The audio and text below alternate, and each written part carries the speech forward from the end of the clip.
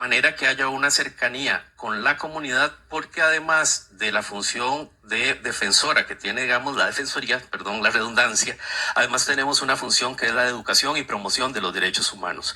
Y en ese sentido, el trabajo con las comunidades y la incidencia que debe hacer la defensoría es fundamental para poder más bien prevenir, incluso trabajar con las instituciones, porque cuando un funcionario público tiene claro que tiene una obligación de brindar un servicio público de calidad a los habitantes, ese probablemente va a ser un habitante que no va a tener que acudir a la defensoría porque le están violentando sus derechos. Don Juan Carlos, pero esa actividad llega realmente a las comunidades, o es deficiente, o falta más el esfuerzo. Es que la ciudadanía hay que comunicarla, hay que activarla, ¿verdad? No solo el tema institucional que es necesario, sino el derivado en la comunicación con la ciudadanía, con los jóvenes. Eso a mí me preocupa personalmente muchísimo a esos niveles, precisamente por la problemática que tenemos con los jóvenes en este momento, ¿verdad? ¿Cómo hacemos para mejorar esa comunicación con la ciudadanía?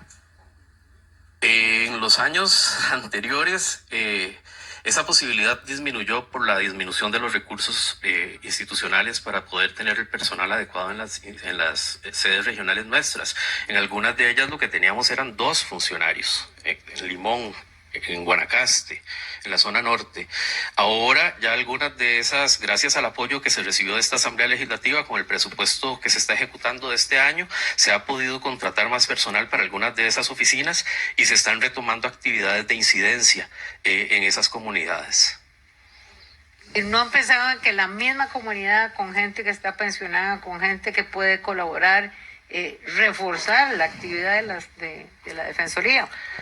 Bueno, perdón, doña Gloria, yo por lo personal, digamos, esa posibilidad no la había pensado, pero me parece muy interesante y de verdad que la Defensoría siempre está abierta a escuchar iniciativas que pueden contribuir al mejoramiento de la calidad de vida de las personas.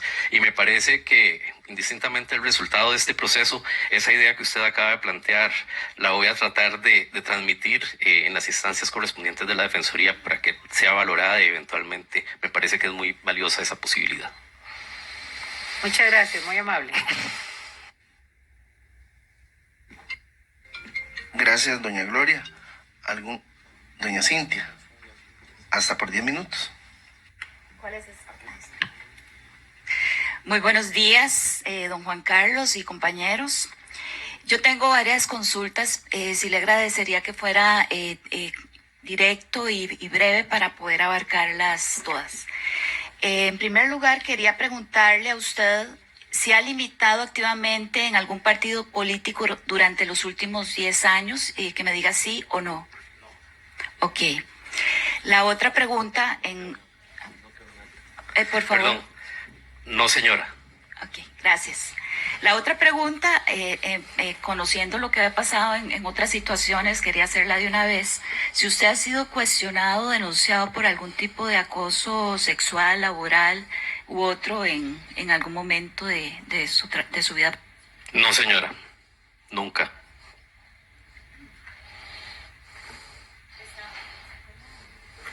Okay. Estaba revisando su currículum y veo que fue miembro de la Junta Directiva del Patronato Nacional de la Infancia. ¿Me podría indicar 2 logros que usted realizaran con la Junta Directiva durante todo ese periodo?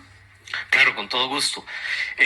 Uno de ellos, el proyecto para crear el centro de atención a las personas menores de edad en condición de calle, que eso fue un modelo de atención que se estableció, si no me equivoco, en el año 2009 o 2010. Perdón que la memoria no me puedo recordar tanto, pero eso es de hace casi 15 años.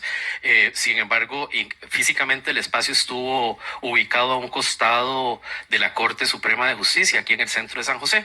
Y el otro proyecto que me parece que fue importante, con el que yo me involucré estando en la Junta Directiva del Patronato Nacional de la Infancia, fue en el impulso del proyecto del expediente digital, porque en aquel momento los expedientes de las personas menores de edad atendidas por el PANI todos eran expedientes físicos, y cuando se hacía un traslado de una persona del domicilio de una persona menor de edad de una comunidad a otra, si se trasladaba, bueno, perdón si me estoy prolongando, pero si se trasladaba de Limón a Guanacaste, el documento físico había que trasladarlo de la oficina local a la dirección regional y de las oficinas de direcciones regionales a la oficina local del lugar en Guanacaste que correspondía.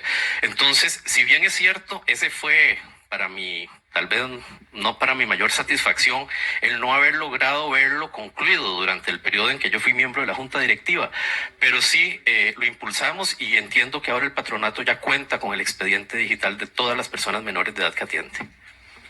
Muchas gracias.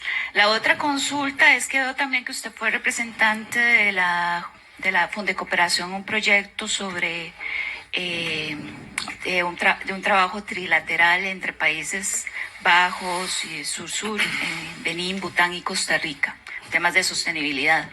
Ciertamente existen muchas brechas en cuanto a o desafíos dentro de el quehacer de Costa Rica que se han recopilado en el último informe, el informe de desempeño ambiental que realizó la OSD para el país, donde se destaca serios problemas con el tema de la gestión de residuos, la gestión de todo lo que es aguas de saneamiento y por supuesto temas de contaminación también de aire que si bien a veces cuesta tal vez darles ese seguimiento de parte de algunos actores, no he visto también esa claridad de parte de la Defensoría de los Habitantes. Inclusive las contribuciones nacionalmente determinadas que se hacen desde el Marco de París, hay algunos componentes donde se quiere dar empoderamiento a diferentes partes, por ejemplo los jóvenes, creo que la 10.1 donde se buscaba hacer como una activación de pensamiento de los jóvenes, y hay cosas que no se han avanzado en el país y no he visto la llamada de atención de la Defensoría de los Habitantes. ¿Qué haría usted o qué mecanismos cree que hay que integrar en la Defensoría para poder dar un buen seguimiento a los temas de ambiente, para que también tengan un impacto real dentro del Ejecutivo y también dentro del Legislativo, para que podamos avanzar y, por supuesto, beneficiar a todos los habitantes de Costa Rica?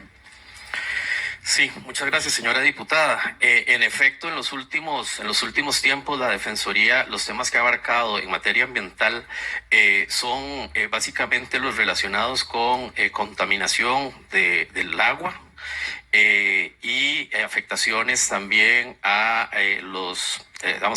al Sistema Nacional de Protección del Medio Ambiente. Creo que sí, hay mucho trabajo por hacer. Para el próximo año, dentro de la planificación institucional, se encuentra un trabajo sobre efectos en la economía, efectos del cambio climático en la economía.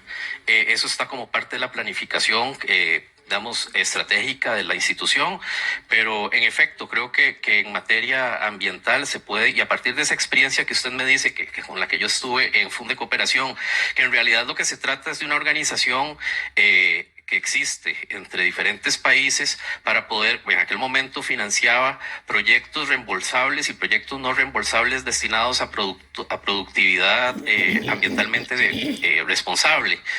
De manera que me parece que algunos de los elementos que pude conocer en esa oportunidad sí es importante, digamos, retomarlos en la Defensoría y así poder, digamos, implementar proyectos en esa dirección. Pero en efecto, sí hay, para este año me parece que las acciones de la Dirección de Calidad de Vida se enfocaron muchísimo más al tema de los problemas, la situación del abastecimiento del agua y la contaminación en algunas comunidades como la de Cartago y en la zona de Cruzitas con lo de la contaminación por mercurio.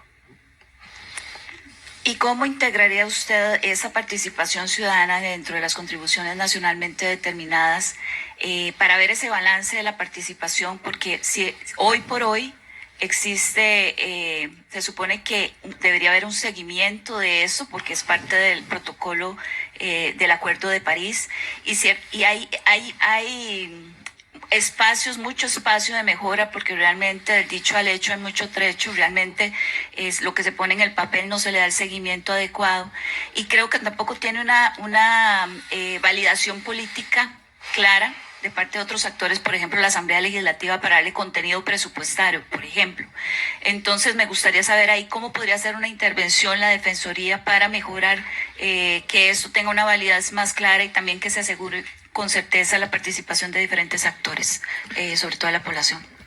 Sí, señora diputada, el tema de participación es todo un tema, ¿verdad? En nuestro país. Las personas normalmente como que son, o las vemos, ¿sabe? Como un poco apáticas con respecto a participar en diferentes procesos, incluso en temas de seguridad, en los comités comunales que existen, la organización comunitaria que existe para la atención de la seguridad, a veces la gente no participa y siendo un problema que nos afecta tan seriamente a todas las personas. Entonces, de manera que el tema de la participación en todas las materias, no solo en la ambiental, es fundamental que la Defensoría vuelva a tener los espacios que antes tenía, donde se vinculaba muchísimo más con la sociedad civil. Hay que retomar espacios como el que existe, con el Foro Permanente Migrante, el foro de seguimiento al cumplimiento del Código de la Niñez y la Adolescencia, de manera que son espacios participativos donde con las personas se pueden definir proyectos y acciones a realizar que garanticen otros derechos también, como el derecho ambiental. Gracias. La última pregunta es el tema de la normalización de la data, de la información, para tomar buenas decisiones. Siento que hay un vacío, por ejemplo, usted habló de los migrantes, y no existe una buena información en cuanto a las características de esta población, las necesidades, las inversiones que se están haciendo a nivel de país. Y eso puede convertir a que se realice una mala asignación de los recursos o que no se esté llegando con buenas condiciones para estas poblaciones. Desde la Defensoría, ¿qué podemos hacer para mejorar esa información para la toma de decisiones, la data, la métrica? ¿Cómo podemos inferir para que la migración se haga de una forma adecuada, los datos de estadísticas de migración con el INEC? Me gustaría tener algún aporte suyo. Claro, con todo gusto, señora diputada. Viera qué interesante. En este momento nosotros estamos desarrollando un proyecto que se llama Observatorio Nacional de los Derechos Humanos y se está tratando de construir a partir de la colaboración de otras instituciones nacionales de derechos humanos como la de Colombia, si no me equivoco. Y casualmente lo que pretenden es eso, poder contar con una sistematización de información sobre la situación de los derechos humanos y las necesidades que requieren las personas que están en situación de vulnerabilidad para que el Estado les atienda y les garantice su calidad de vida. Ese es un proyecto que está... Perdón. Finalice su idea. Disculpen, ese es un proyecto que está en ejecución y que me parece que es parte de las líneas estratégicas de la actual administración y que esperamos que el próximo año tenga avances positivos según lo que está planificado. Con mucho gusto. Muchísimas gracias. ¿Algún otro compañero en el uso de la palabra? Perdón.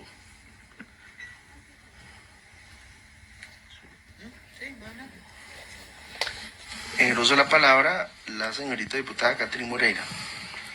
Muy buenos días, compañeros y compañeras. Don Juan Carlos, muy buenos días. Qué gusto que nos esté acompañando y nos pueda dar una información amplia de su trayectoria en el servicio de los habitantes, no solo en la Defensoría, sino previo a eso. A lo largo de su carrera, usted ha trabajado en la protección de derechos de grupos vulnerables, incluyendo niñez, adolescencia, migrantes, temas de afrodescendientes. ¿Cuáles serían sus iniciativas claves para reforzar la protección de estos grupos desde la Defensoría y cuáles usted ya ha implementado ya? Muchas gracias, señora diputada. En efecto, una de las temas que a mí me parece prioritario, y no solo como funcionario de la Defensoría, sino que me parece que como país deberíamos de pensar y enfocarnos en encontrar las mejores soluciones posibles, es el tema de la educación. Personas menores de edad que estén fuera del sistema de educación están expuestas a las mayores y peores vulnerabilidades que pueden existir. No solo por la falta de oportunidades para poder posteriormente, como lo dije en mi presentación, tener opciones laborales bien remuneradas y que además sean dignas. La educación es el elemento fundamental que nos permite desarrollarnos como seres sociales posteriormente en nuestra vida adulta, incluso cuando se está en el proceso de adolescencia y de niñez, pero ya como personas adultas nos da herramientas para que podamos aprender a convivir y entender a los demás. En ese sentido, me parece que el elemento fundamental es la educación. Podríamos citar otros más. Lo que pasa es que cuando uno empieza a priorizar muchas cosas, deja de priorizar. Entonces me parece que a partir de la educación se puede vincular con otros elementos que son también de atención fundamental, como incluso el tema de la salud. Y es que con una buena educación también a las personas se les enseña elementos de autocuidado que tienen que ver incluso con la práctica de deportes o con la atención médica ante algún tipo de dolencia que tenga en su salud. Me parece que tenemos que priorizar, y perdón que lo diga así, en educación y más educación. Muchísimas gracias, don Juan Carlos. ¿Considera usted que Costa Rica ha avanzado en temas de derechos humanos de forma progresiva? Y también, ¿cómo usted podría colaborar? ¿Qué medidas implementaría desde la Defensoría para asegurar un mayor cumplimiento y avance en esta área? Muchas gracias, señora diputada. Yo me atrevería a decir que sí, que Costa Rica ha tenido avances significativos en materia de derechos humanos prácticamente para todas las poblaciones. Sí debo advertir que me parece que estamos ante posibles riesgos de regresividad en algunas materias, particularmente en materia de personas menores de edad. Me parece que la eventual disminución de recursos destinados a programas sociales y particularmente aquellos que son dirigidos a programas focalizados como transferencias monetarias condicionadas o becas de transporte estudiantil, aunque a veces se ve nada más el número y el recurso que se está dejando de atender, hay que siempre, en materia de derechos humanos, tener claro que detrás de esas cifras siempre hay personas, y hay personas que se pueden ver afectadas. Entonces, considero que si bien tenemos que, como país, solucionar un problema fiscal que hemos tenido durante muchos años, tenemos que hacer un balance entre la inversión social que se hace y el cumplimiento de esta situación fiscal que para ser responsables hay que atender y no se puede seguir postergando. Sin embargo, administrar significa tomar decisiones, y tomar decisiones hay que hacer ese balance para poder atender de la mejor manera posible todas las obligaciones que se tienen como Estado. Muchas gracias, don Juan Carlos. Y es que también otra consulta. Usted tiene mucho tiempo de trabajar en la Defensoría de los Habitantes. ¿Y qué nos garantiza en cuanto al tema de fortalecimiento del servicio administrativo y el funcionamiento en sí, en todo como un conjunto, con usted como defensora junto, fortalecer, innovar en el trabajo que hace la Defensoría, más ahora que lo que quieren es mejorar las oficinas de atención, que lo puedo decir que en Limón, Cantón Central, los funcionarios se ponen la camiseta para trabajar a favor de los habitantes de la provincia. Y esto, le hago esta consulta por el trabajo que yo he venido visto que ha venido realizando la Defensoría en cuanto a la atención de las costas. Sí, señora diputada, muchas gracias. Vamos a ver, el tema del fortalecimiento de la presencia regional o subregional de la Defensoría de los Habitantes tiene que ver con elementos como ese que usted ha identificado, por ejemplo, en Limón, pero eso también está ocurriendo en Pérez Celedón, también está ocurriendo en Guanacaste, también está ocurriendo en Punta Arenas y también está ocurriendo en la zona norte, que son los lugares donde nosotros tenemos oficinas regionales. Un aspecto que a mí me parece, además de garantizar los recursos que requiere la institución para poder ejercer las labores adecuadamente, porque son labores de defensa, que es todo lo que les comentaba ahora, por ejemplo, los números en casuística que se atiende, pero la Defensoría también tiene la obligación de promover y educar en derechos humanos. Y esa es la parte de incidencia que es importante que nosotros podamos continuar realizando, que se vio disminuida durante algún tiempo, pero bueno, ahora se está retomando, y gracias a la sostenibilidad financiera que con la aprobación de los presupuestos institucionales ustedes como diputadas y diputados han realizado, se ha podido comenzar de nuevo a tener esa presencia en las comunidades. Ese fortalecimiento sí, en parte tiene que ver con la parte del financiamiento. Me parece que también podemos hacer uso, como lo comentaba, de las nuevas herramientas tecnológicas que existen para poder atender algunos de los casos que recibimos. De manera que cada vez los servicios de la Defensoría sean más cercanos y más eficientes hacia los habitantes. Muchísimas gracias, don Juan Carlos. Me restan 3 minutos con 10, me los voy a reservar. ¿Algún otro diputado o diputada con el uso de la palabra?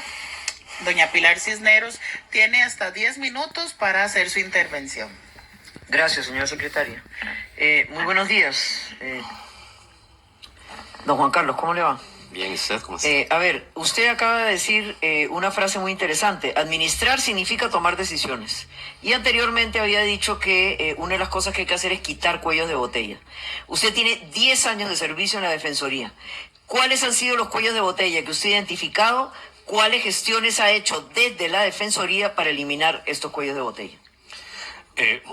Perdón, doña Pilar, 2 rectificaciones. Yo no tengo 10 años de estar en la Defensoría, tengo 22. Pero además, yo no he... Pero que me interesa eso. Aquí tengo del 2000... Del 2001, y estuve con permiso sin goce de salario durante 2 periodos, en el 2006 y en el 2010. Pero usted en el currículum que presentó dice del 2014 al 2024. No, en la primera parte de la presentación está el trabajo de la Defensoría. Bueno, en todo caso, con mucho mayor razón aún. A ver, ¿cuáles en esos 22 años, cuáles cuellos de botella ha identificado, cuáles ha trabajado directamente para eliminarlos y cuáles ha logrado eliminar? Ok.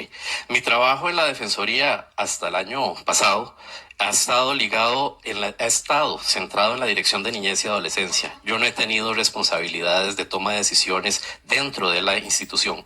Sin embargo, eso no me ha limitado para proponer ideas para mejorar la atención que se hace, y particularmente en ese espacio de personas menores de edad. Permítame comentarle, Pero a ver, Pilar, quisiera que específicamente se refiriera a eso. Cuellos de botella, cuáles ha identificado, cuáles han eliminado.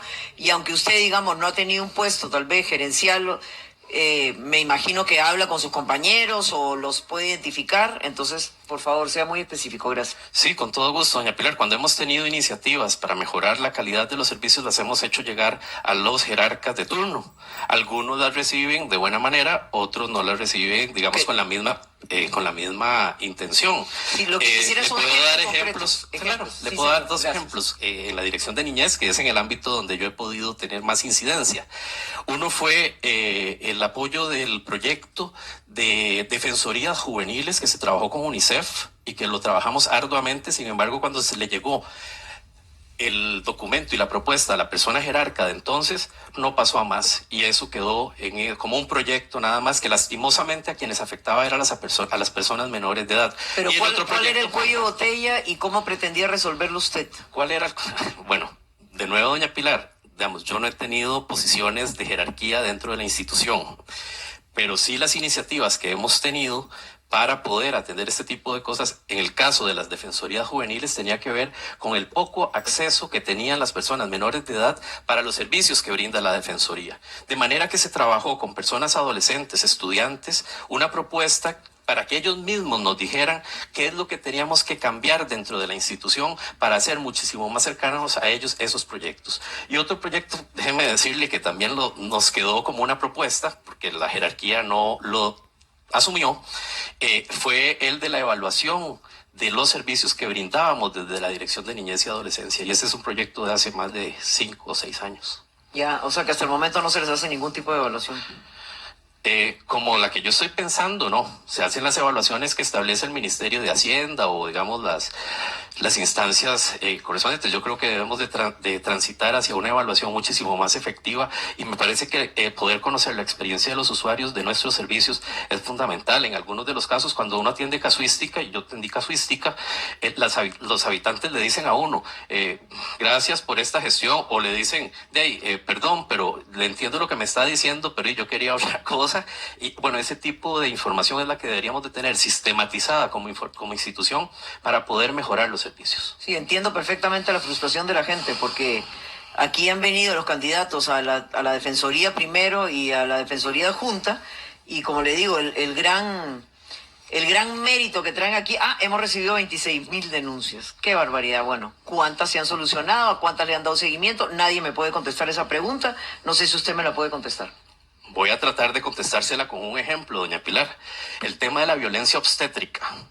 El tema de la violencia obstétrica en la Defensoría se reciben todos los años un promedio de 20 y 30 denuncias por violencia obstétrica. Malos tratos de mujeres embarazadas en el momento del parto. Por diferentes razones. Se reciben esos casos, cada uno de esos casos es parte de esos 26,000 casos, registros. Pero resulta que cuando la Defensoría hace el análisis de esos 6 casos, descubre que el sistema de salud es bastante chocante con las personas embarazadas. Entonces hace la investigación estructural del servicio.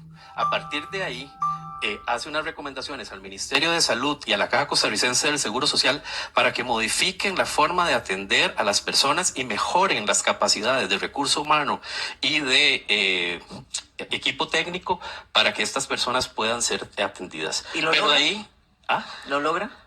sí. Se modificó, por ejemplo, en el Hospital de Limón. Muchos de los casos que recibíamos tenían que ver con traslados de mujeres embarazadas de Limón hacia San José.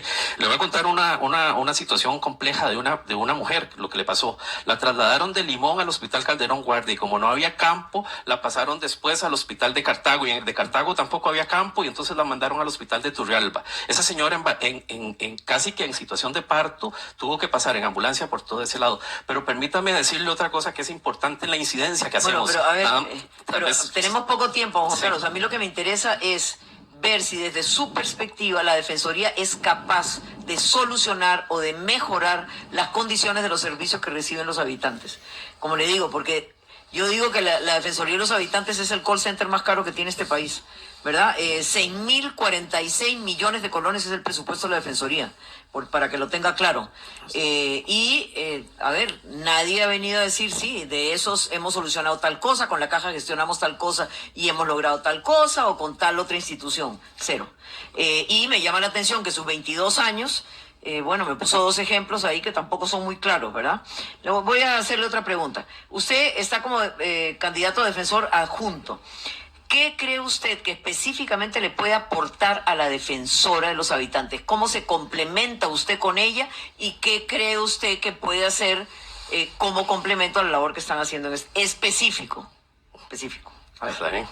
Sí, doña Pilar, me parece que casualmente la experiencia y el paso por acá, por esta institución que es la Asamblea Legislativa, le da una visión de cómo es que funciona el Estado costarricense. Y creo que doña Angie, siendo una persona que viene desde la sociedad civil y trabajando temas de derechos humanos, tal vez no había tenido tanta experiencia en el sector público costarricense. Yo la tengo, pero además de tener esa experiencia, tengo la disposición de mejorar las cosas, porque tener 22 años o 30 como tengo yo en el servicio público no significa que eso es garantía de calidad.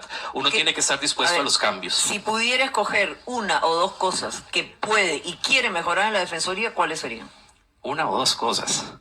Me parece aumentar la participación de las personas habitantes en los procesos que atiende la Defensoría de los Habitantes. Es un reto que... ¿Eso qué quiere decir? ¿Que en lugar de 26,000 que pueden recibir 30,000 o 35,000 denuncias? ¿O qué?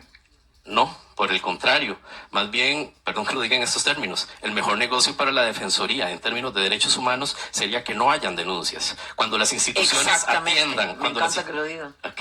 Cuando las instituciones atiendan adecuadamente las necesidades de los habitantes, la Defensoría no tendría sentido de ser en la parte del control de legalidad. Pero igual, tampoco me contestó la pregunta. Ajá. Digamos que ya usted es electo defensor adjunto, Sí. trabaja con doña Angie. ¿En qué le puede complementar, en qué le puede ayudar, en qué puede mejorar usted la gestión de la Defensoría específicamente? Sí, uno de ellos me parece que es la modernización tecnológica. Necesitamos transitar y yo estoy a cargo en este momento del proyecto de expediente digital, de coordinar el expediente digital. Me parece que tenemos que ponernos al día y es más, ser ejemplo para muchas instituciones en el uso de la tecnología que hoy existe para mejorar los servicios que brindamos. ¿Desde cuándo Y el está otro, trabajando usted en el expediente digital? ¿Desde qué año? este año. A partir de este año. Sí, porque de hecho es uno de los proyectos que está dentro del Plan Estratégico Institucional que se está iniciando a ejecutar este año y el próximo año existen metas establecidas para las acciones. Entonces, dentro de un año vamos a tener que estar rindiendo cuentas de qué hemos hecho o qué no hemos hecho para avanzar en el tema del expediente digital. Y permítame contarle que en el tema del expediente digital ya tenemos incluso contamos con los 2 recursos humanos que se necesitan para poder llevar a cabo ese proyecto y además ya se han identificado con las áreas de defensa las necesidades que se deben atender para abarcar el expediente digital. Don Juan Carlos, ¿usted tiene simpatías en algún partido político o ha militado en algún partido político? Doña Pilar, desde el año 2001, cuando yo me incorporé a la Defensoría de los Habitantes, he respetado la prohibición que nos cubre a todos los funcionarios de la Defensoría de los Habitantes de no tener militancia ni participación partidaria en ningún lado. ¿Y antes de ese año? 2001, ¿verdad? En el año 1992, para ir un poquito más atrás, yo hice el trabajo comunal universitario en esta Asamblea Legislativa y después de eso me ofrecieron una oportunidad laboral en la oficina de la exdiputada doña Karen Olsen y ahí comencé a trabajar en la Asamblea y posteriormente pasé al Departamento de Servicios Técnicos. Pero nunca ha estado militando en ningún partido político, entonces. No se ha adherido a ningún partido político ni ha tenido ninguna función de un partido político. A ver, en aquel momento fui asesor, digamos, de diputados de una fracción. Entonces sí tenía, digamos, alguna cercanía. ¿De cuál? De Liberación Nacional. Yo trabajé con doña Karen Olsen, con don Walter Robinson. Ha vencido su tiempo, pero le cedo 3 minutos de mi tiempo. Muchas gracias, don Carlos. A ver, entonces dígame, doña Karen Olsen, ¿quién más? Sí, doña Karen Olsen, don Walter Robinson y después pasé a Servicios Técnicos. Eso fue hasta el año 2001, hace 23 años, y después de eso me incorporé a la Defensoría y incluso cuando he estado con permiso sin goce de salario en la Defensoría, he respetado la prohibición que nos cubre a los funcionarios de la Defensoría de no tener participación activa en partidos políticos. ¿Su permiso sin goce de salario fue para dedicarse a alguna otra cosa? ¿Para qué fue? Fue para trabajar, y así consta en el expediente de personal, para trabajar en el Ministerio de Planificación como asesor y en el Ministerio de Educación Pública. Ok, muchas gracias. Gracias, don Carlos, muy amable. Con todo gusto.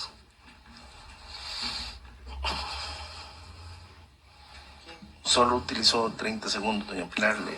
Le resta 2 minutos y medio. ¿Algún otro compañero?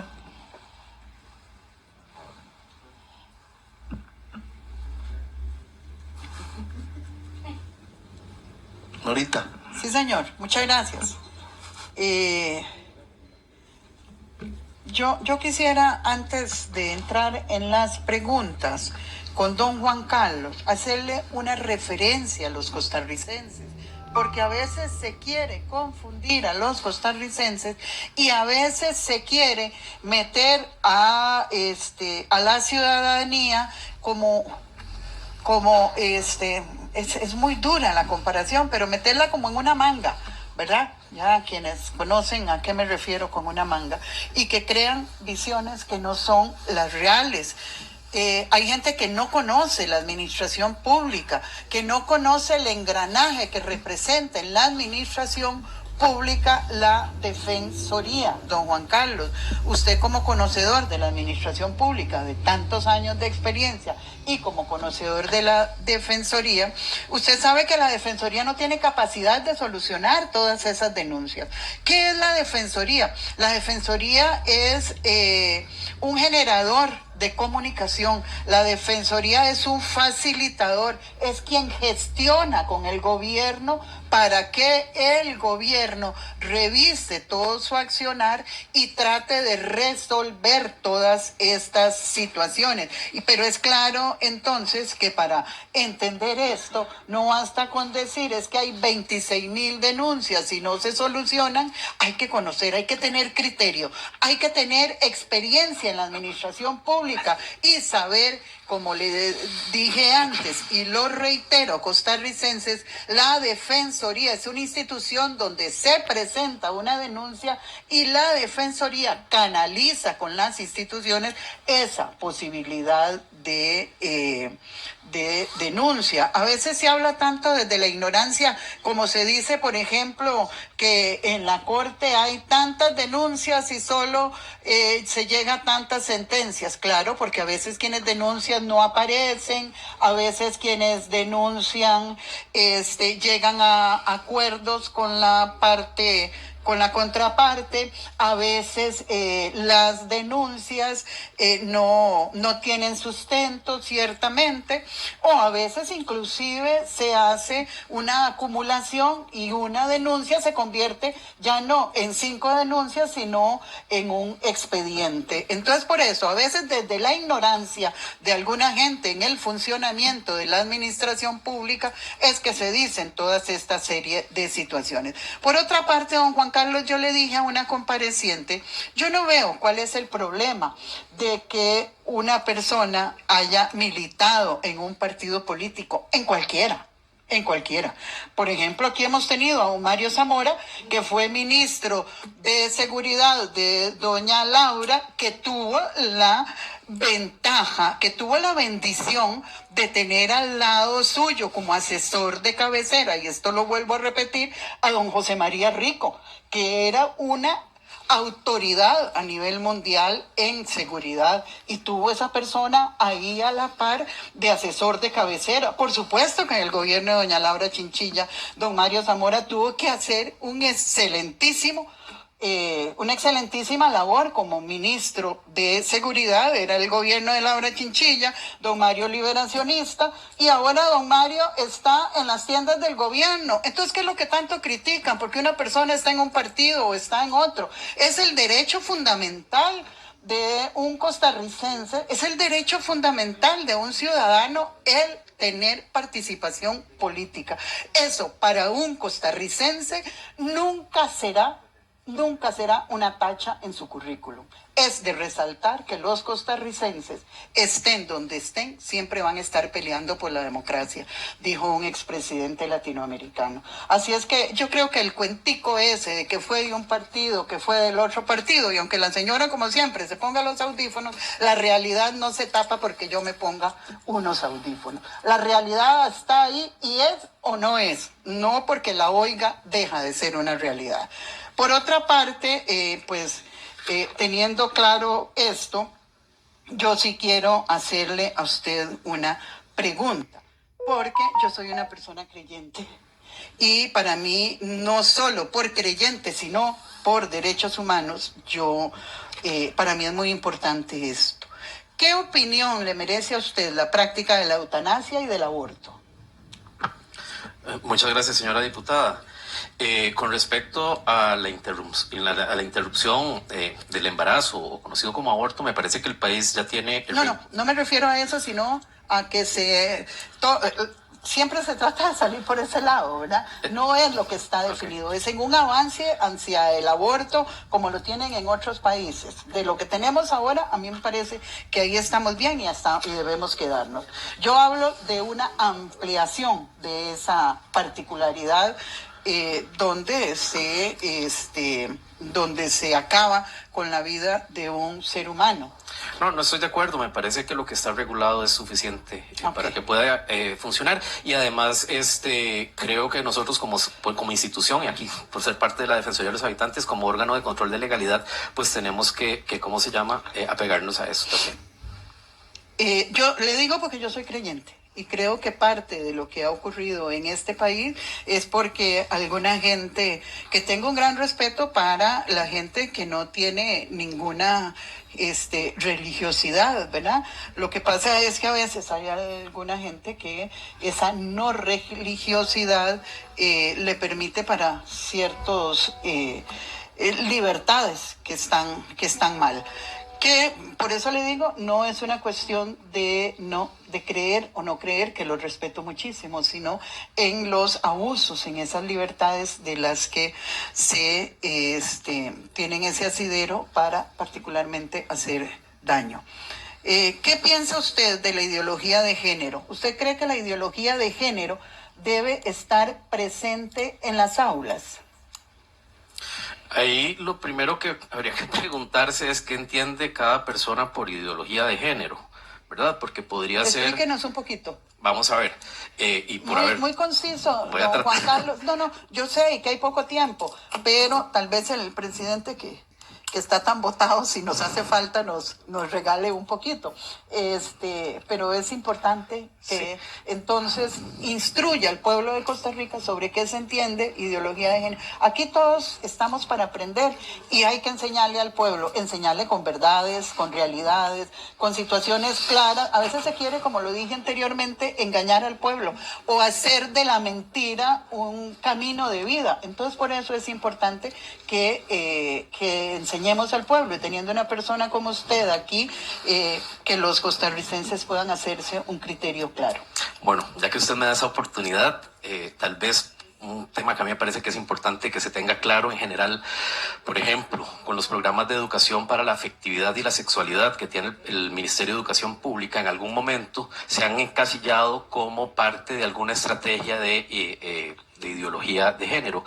Sin embargo, de lo que recuerdo, cuando se estaban implementando esos programas en el Ministerio de Educación Pública, más bien tenían que ver, y por eso se hacía mucho énfasis en la parte de la afectividad y no solamente la parte de la sexualidad, porque la parte de la afectividad tiene que ver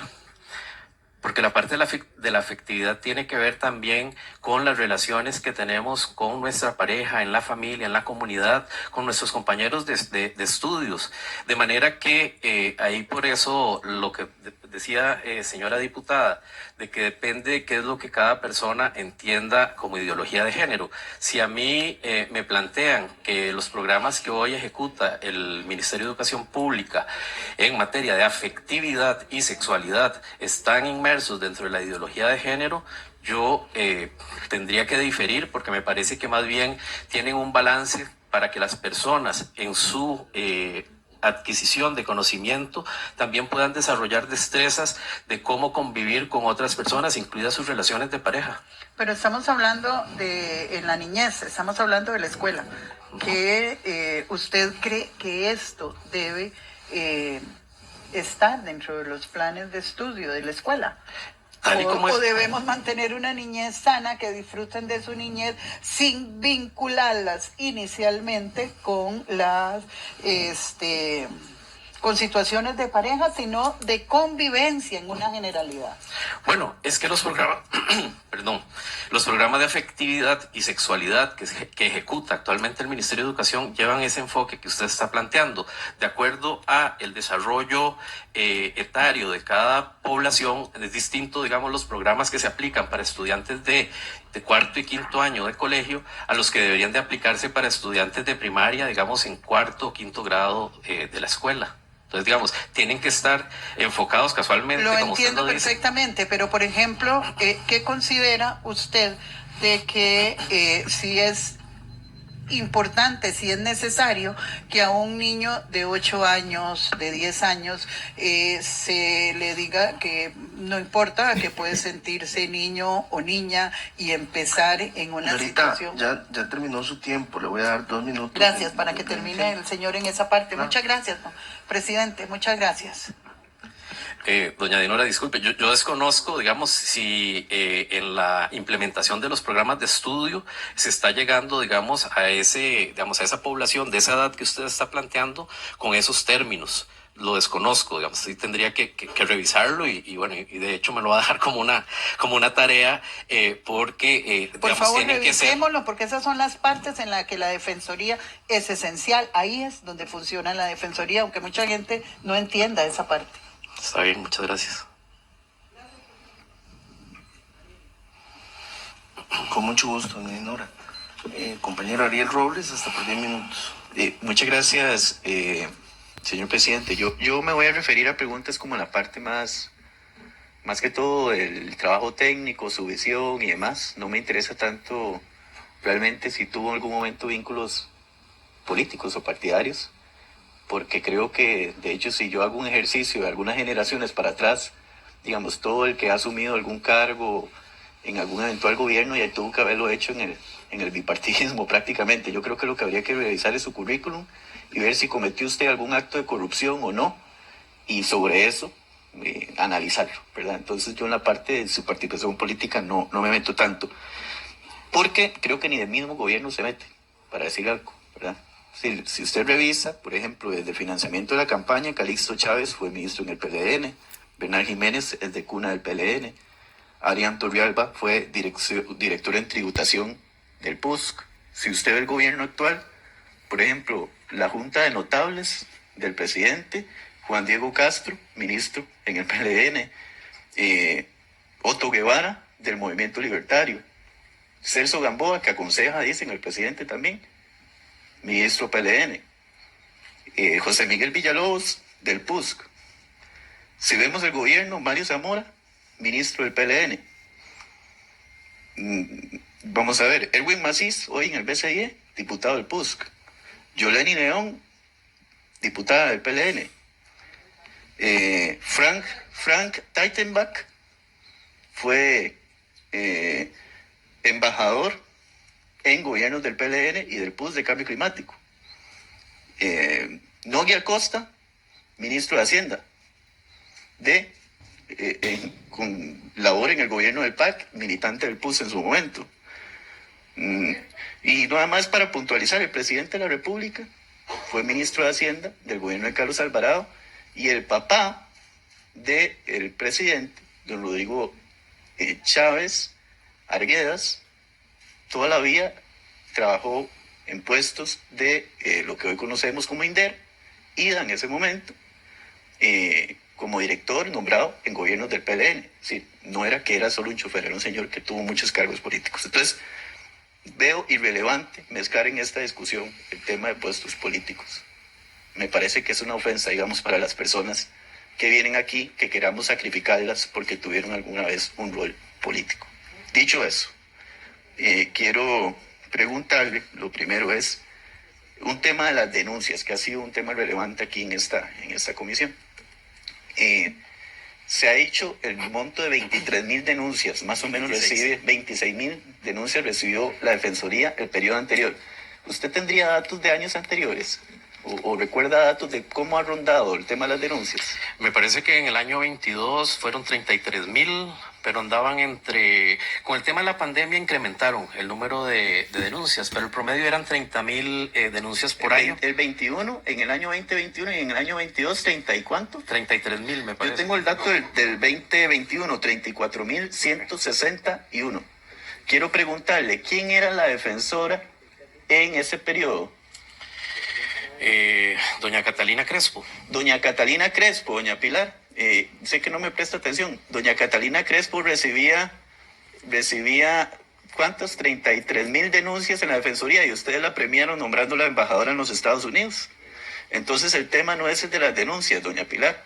El tema a ustedes no les preocupa lo de las denuncias. Eso es otra cosa. Yo le hablo a quien yo tenga el gusto de hablarle, aunque la persona sea una irrespetuosa y no guste ponerme atención. Eso es otra cosa. Eso es autoritarismo. Compañeros, les pido por favor enfocarse en la entrevista.